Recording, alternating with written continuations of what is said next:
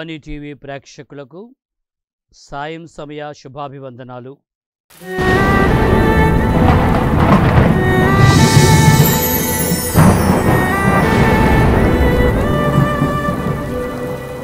ఈ తపస్కాలములో వివిధ ధ్యానాంశములలో ఈ దివ్యవాణి టీవీ ఛానల్ ద్వారా ప్రేక్షకులైన మీకందరికీ ప్రభువిస్తున్నటువంటి ఈ చక్కని అవకాశాన్ని బట్టి మనం వివిధ ధ్యానాంశాలని ఒక చక్కని ఆధ్యాత్మిక పుస్తకం థామస్ అకంపస్ అనే రచయిత రాసినటువంటి ఇమిటేషన్ ఆఫ్ క్రైస్ట్, క్రీస్తుని అనుసరణ అనేటువంటి పుస్తకంలో నుంచి మరి చక్కని విషయాలు గ్రహిస్తూ ఉన్నాము.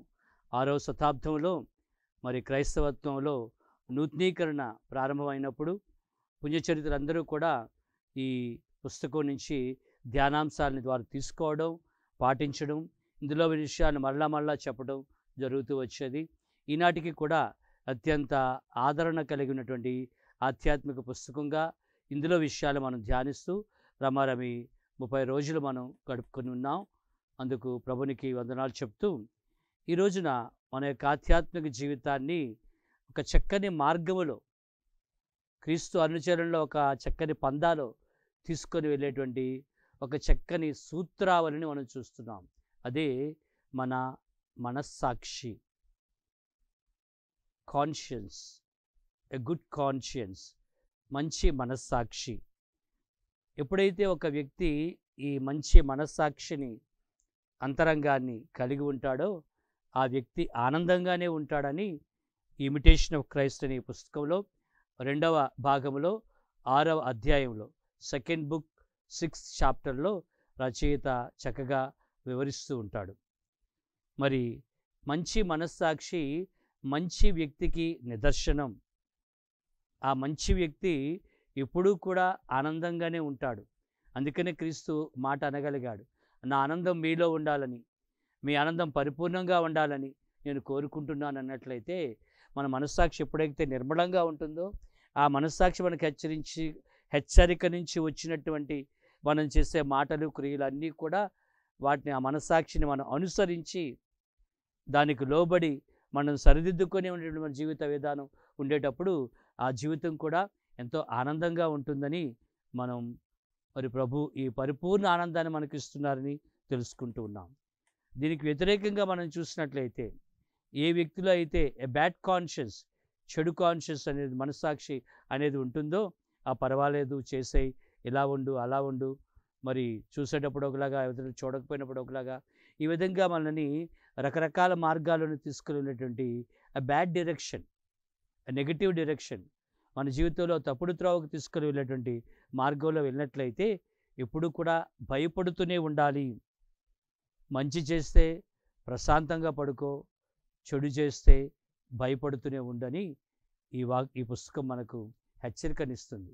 మంచిని చేసేవాడు ప్రశాంతంగా నిద్రపోతాడంట, మరి చెడు చేసేవాడు మరి తప్పనిసరిగా ఇదిగో భయపడుతూ సరైనటువంటి నిద్ర లేకుండా ఉంటాడని. ప్రశాంతత ఉంటే మరి ఆ ప్రశాంతతలో దేవునికి మహిమని చేకూర్చే విధంగా ఆ భక్తుడు జీవిస్తాడు. ఈ మంచికి గొప్పతనం, గుడ్నెస్, ఈ గొప్పతనం ఆ వ్యక్తిలో మనం చూస్తూ ఉన్నాం. ఆ వ్యక్తి Joy in the glory of God and sadness in the glory of the world అని గుర్తిస్తాడు. క్రీస్తునందే నా ఆనందము, ఈ ప్రాపంచిక విషయాలందు నాకు దుఃఖం ఉంది, బాధ ఉంది, ఇవి కావు నేను అనుసరించవలసినవి. నాకు ఆనందాన్ని ఇచ్చేటువంటి, పూర్ణ ఆనందాన్ని ఇచ్చేటువంటి, నిత్యానందాన్ని ఇచ్చేటువంటి క్రీస్తు బాటలోనికే నేను వెళ్ళాలి అనేటువంటి ప్రయత్నం. ఎప్పుడైతే ఈ అంతరంగము, ఈ మనస్సాక్షి నిశ్చలంగా, నిర్మలంగా, ప్రశాంతంగా ఉంటుందో మరి కాన్షియన్స్ ఈజ్ ప్యూర్, హృదయనందు కూడా ప్రశాంతత కలుగుతుంది అంటాడు. హృదయంలో ప్రశాంతత కలుగుతుంది ఎప్పుడైతే నిర్మలంగా ఉంటుందో, పవిత్రంగా ఉంటుందో. A man looks dead when this conscience is no more. ఈ మనస్సాక్షి సరైన రీతిలో నిన్ను హెచ్చరించకుండా ఉన్నట్లయితే అతడు చనిపోయినటువంటి వ్యక్తితో సమానమే. ఆ వ్యక్తి యొక్క మనస్సాక్షి చనిపోతే, మనస్సాక్షి పనిచేయకపోయినట్లయితే ఆ వ్యక్తి కూడా చచ్చిన మనిషితోనే సమానం అని అంటూ ఉన్నాడు. దీనికి మన హృదయాంతరంగాలని ప్రభు ఎప్పుడు కూడా తెలుసుకుంటూ ఉన్నాడు.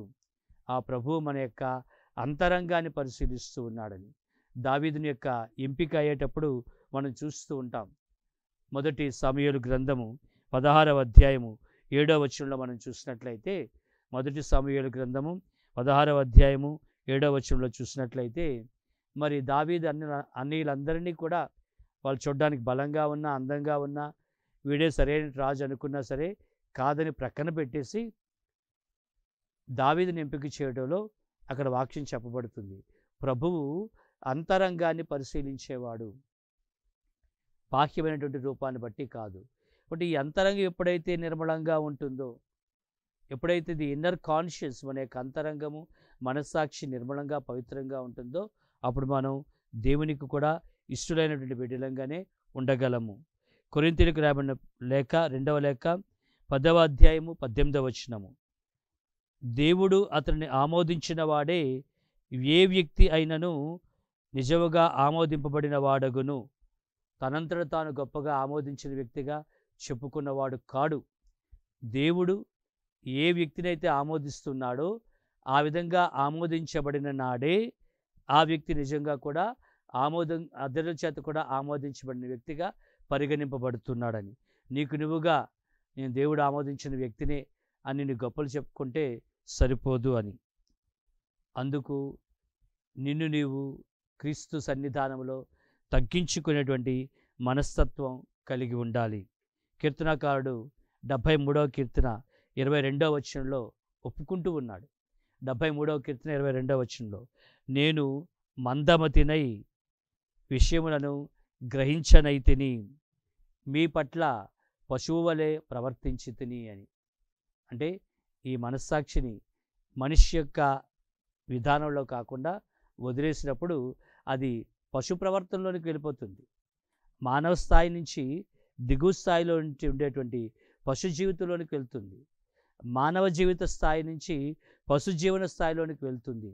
అలా నేను మందమతినైనప్పుడు, అన్ని విషయాలు గ్రహించకుండా ఉండేటప్పుడు ఈ పశువు వలె నేను ప్రవర్తించుతునని అంగీకరిస్తూ ఉన్నాడు. ఎప్పుడైతే మన యొక్క అంతరంగము మనల్ని శోభించకుండా దాన్ని మనం మడ్డితనంగా చేస్తూ ఉంటాము. హృదయ కోరికలను అదుపులో ఉంచుకోవడం వలన నీవు ఈ మనస్సాక్షిని జయించగలవు. నీ అంతరంగాన్ని పరిశీలించుకొని సరిచేసుకోవడం ద్వారా నీకు నిరంతర హృదయ శుద్ధిని పొందుతున్నావని.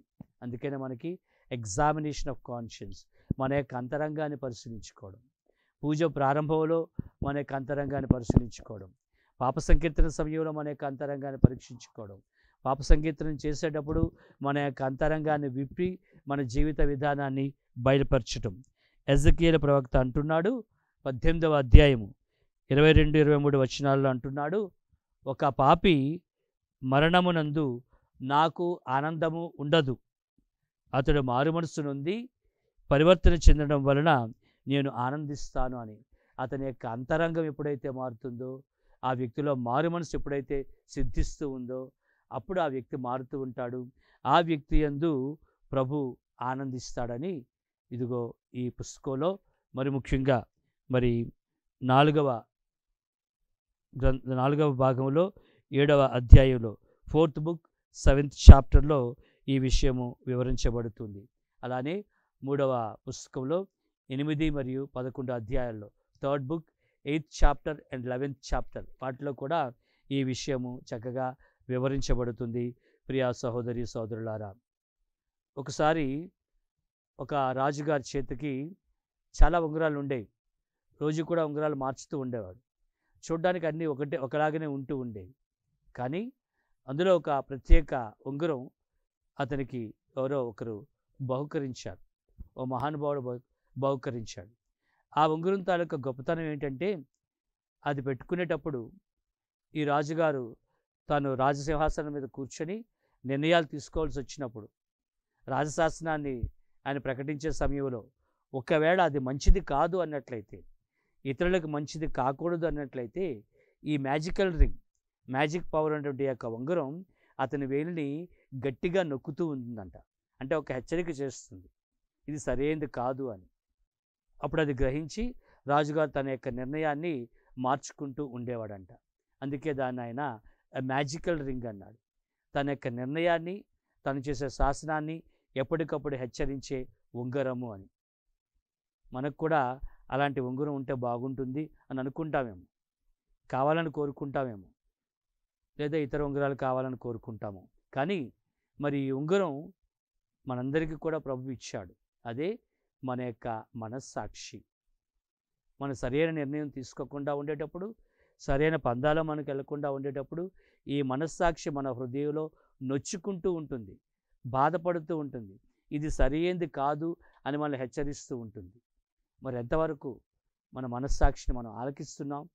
దానికి అనుగుణంగా మన మనసును మార్చుకునేటువంటి, మారు మనసు పొందేటువంటి ప్రయత్నం చేస్తున్నాం అని ఆలోచిస్తూ మనం పాట ద్వారా ప్రభుని స్తుతిస్తూ ఈ సద్గుణాన్ని, మంచి లక్షణాన్ని మనకు కూడా ఇవ్వండి ప్రభువా అని మనం ప్రార్థిస్తూ ఈ స్తుతి గీతం ద్వారా ప్రభువుని అడుగుదాం.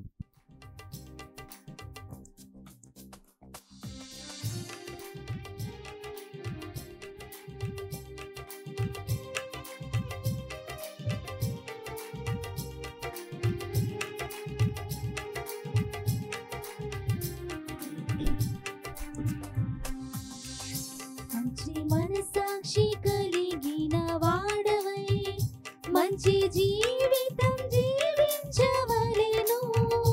మంచి మనసాక్షి ఉన్నప్పుడే మది ఆనందముగా ఉండును. మంచి మనసాక్షి కలిగిన వాడవై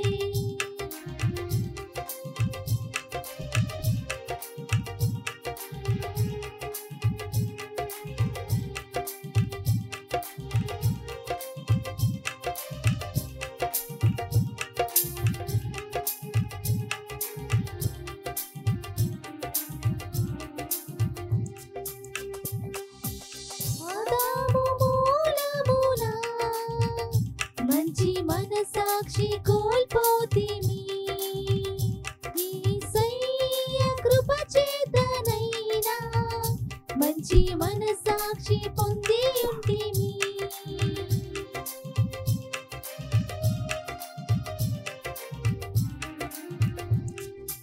ఆదాము మూలమున మంచి మనసాక్షి కోల్పోతిమి.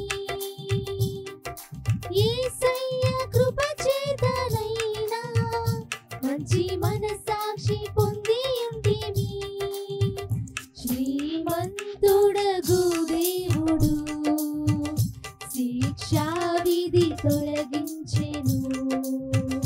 నైతికమైన భావాలను మన ఎదలోన స్థిరపరచెను. శ్రీమంతుడగు దేవుడు శిక్షా విధి తొలగించెను. నైతికమైన భావాలను మన ఎదలోన స్థిరపరచెను.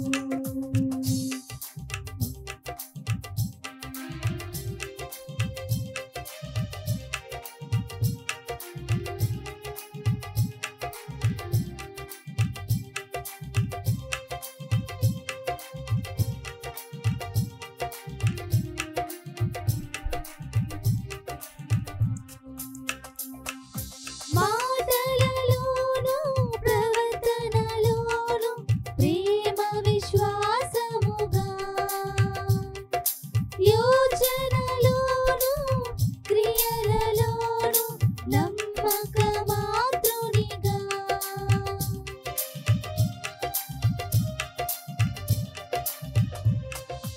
మాటలలోను ప్రవర్తనలోను ప్రేమ విశ్వాసముగా,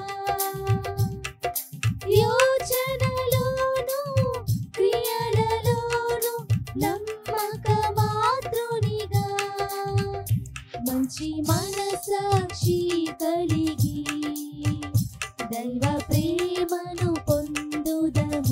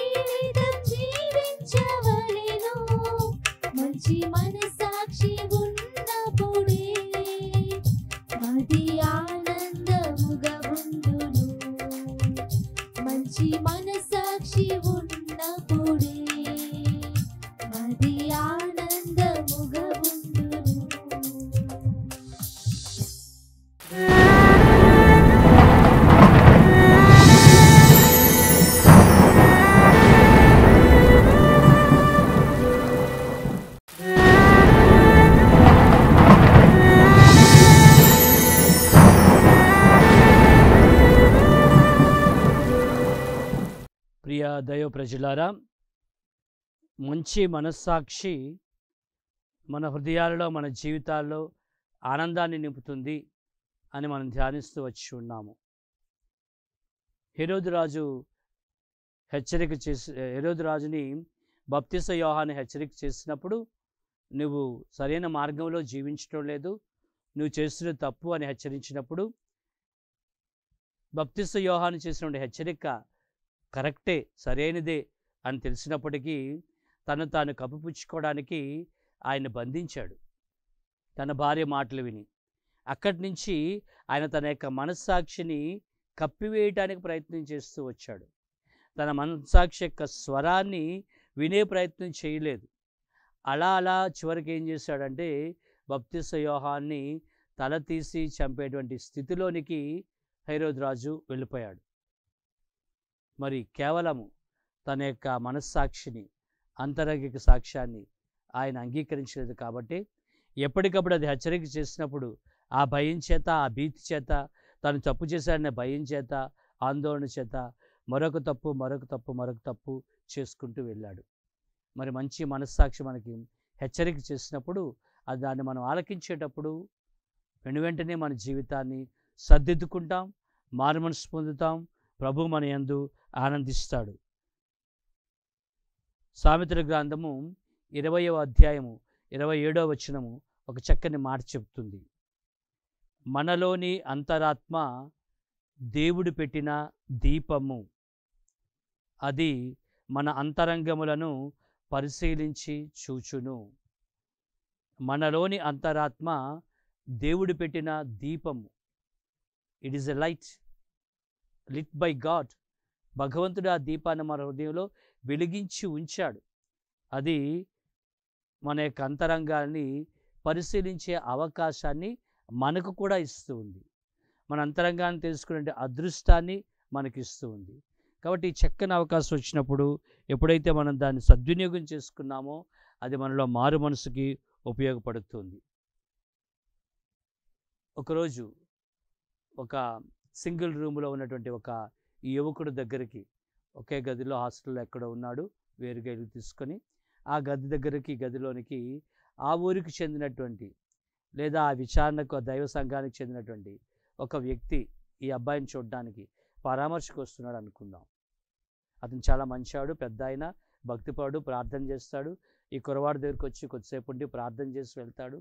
అనే వ్యక్తి, ఇదిగో నేను మీ ఇంటికి వస్తున్నాను, నీ గదికి వస్తున్నాను అని చెప్పినప్పుడు వెంటనే ఈ కుర్రాడు తబ్బిపోతాడు. తన దగ్గర ఉన్నటువంటి పేపర్స్, మ్యాగజైన్స్ అన్నీ కూడా తీసేసి ఎక్కడెక్కడ రూమ్ అంతా సరిగా సర్దేస్తాడు.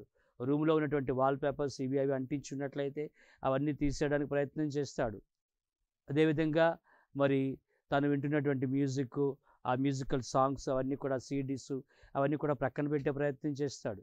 ఇంకా టైం ఉన్నట్లయితే మరి ఇదిగో తన దగ్గర ఉన్నటువంటి ఆ యొక్క ఇంటర్నెట్లో ఉండేటువంటి మరి వెబ్సైట్లో ఉన్నటువంటి ఈ పనికిరానివన్నీ కూడా ఆయన డిలీట్ చేయడానికి ప్రయత్నం చేస్తూ ఉంటాడంట. ఇలా ఒక్కొక్కటి తీసేయడానికి ప్రయత్నం చేస్తున్నాడు. అవును, అతను వస్తున్నాడు, నీ హృదయ ద్వారాన్ని తడుతూ ఉన్నాడు. నీ గుమ్మం దగ్గరికి, నీ ఇంటి దగ్గరికి వచ్చి తలుపు తట్టడం మాత్రమే కాదు, నీ హృదయ ద్వారాన్ని ఆయన తట్టుతూ ఉన్నాడు. నువ్వు తెరిచేటప్పటికీ ఆ హృదయాన్ని ఎలా తయారు చేస్తూ ఉన్నావు? అప్పటికే నీ మనస్సాక్షి నీకు హెచ్చరిస్తూ ఉండేటప్పుడు ఎప్పటికప్పుడు ఇదంతా కూడా నువ్వు క్లీన్ చేసేసి, శుభ్రం చేసేసి, నిర్మలంగా ఉంచుకునే స్థితిలో నీవు ఉన్నావా? మత్తయి సువార్త 24వ అధ్యాయము 42వ వచనంలో అంటాడు, నువ్వు సిద్ధంగా ఉండు, అప్రమత్తంగా ఉండని. అక్కడ 24వ అధ్యాయం 45 నుంచి 51 వరకు చెప్పినటువంటి ఆ యొక్క ఉపమానంలో మనం చూస్తున్నాం. ఏ సేవకుడైతే అప్రమత్తంగా, మెలకువగా ఆ యజమానుడు వచ్చేసరికి ఉంటున్నాడో, సిద్ధపడి ఉంటున్నాడో, అతడు ప్రశంసించబడుతున్నాడు, అతడు అంగీకరించబడుతున్నాడు, అతడు మేల్కొని ఉన్నటువంటి సిద్ధపడినటువంటి సేవకుడు అవుతూ ఉన్నాడు. మరి నేను ఆయన్ని స్వీకరించడానికి, ఆయన నా హృదయ ద్వారాన్ని తడుపుతూ ఉండేటప్పుడు, నా గుమ్మము తాలూకా ఆ మెట్టి దగ్గర నిలబడి ఆయన యొక్క ద్వారాన్ని తడుతూ ఉండేటప్పుడు నేను ఎంతవరకు సిద్ధంగా ఉన్నాను? Am I need to receive him?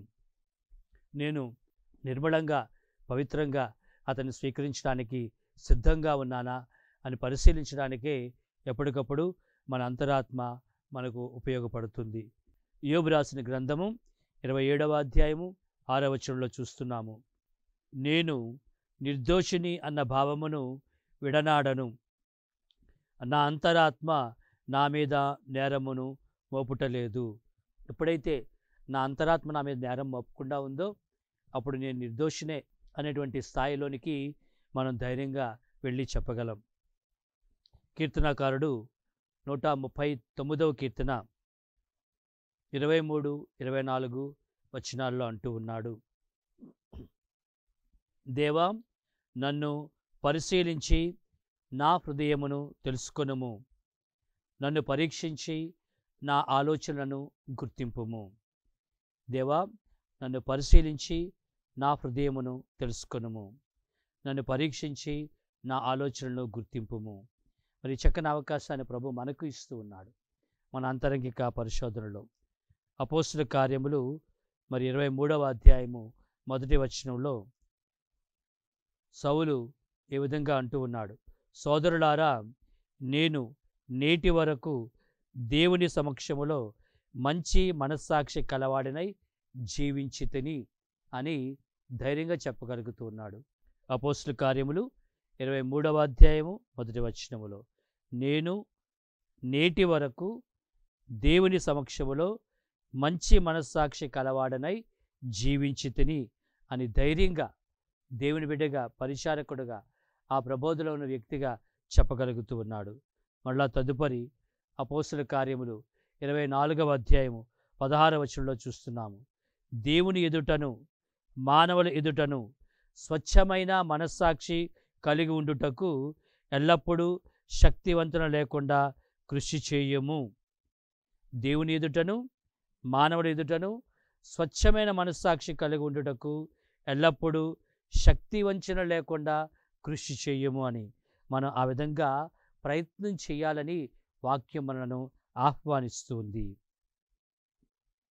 మీరు దేవుని ఆగ్రహమును బట్టి కాక మనస్సాక్షిని బట్టి మీరు విధేయులుగా ఉండండి అని రోమీయులకు రాయబడిన పత్రిక 13వ అధ్యాయము 5వ వచనంలో అంటూ ఉన్నాడు. ప్రియ సహోదరి సోదరులారా, ఈ మనస్సాక్షి మన హృదయములో దేవుడు పెట్టిన దీపము. అది వెలుతురునిస్తుంది. ఆ వెలుగులో మన మంచి చెడుల విచక్షణాన్ని కలిగి తెలుసుకొని చెడుని విడిచిపెట్టేటువంటి అవకాశం ఇస్తుంది.